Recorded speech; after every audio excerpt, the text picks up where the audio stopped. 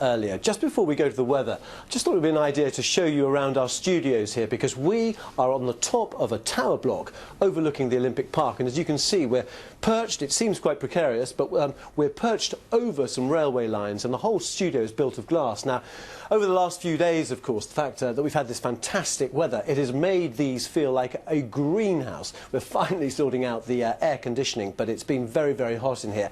And as the camera just turns around, you can see there's another glass box up there as well, another little greenhouse, and that's for BBC World and BBC London. So they are broadcasting from there. And where the camera is at the moment, that's another studio we can use. That's open air. We can do lives there, and occasionally that's when, in fact, where I was speaking to John Fahey a little earlier.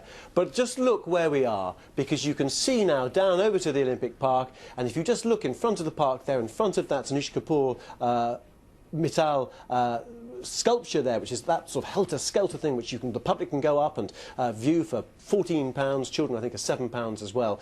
Now, just below that, you can see all these thousands of people who are taking part in a last rehearsal for the opening ceremony on Friday night. So they are queuing in, and you can just see how that park now absorbs so many thousands of people, how quickly they can actually mass there and leave as well at the end of the ceremony, because of course that starts, I think, at 9 o'clock on Friday night and is expected to run well past midnight, and then all those people hopefully will be whizzed back to where they need to go, either to the Olympic Village where the athletes are, which is just very close by, or those spectators who've come in from further afield hopefully can get their sort of transport back to home. So this is where we are.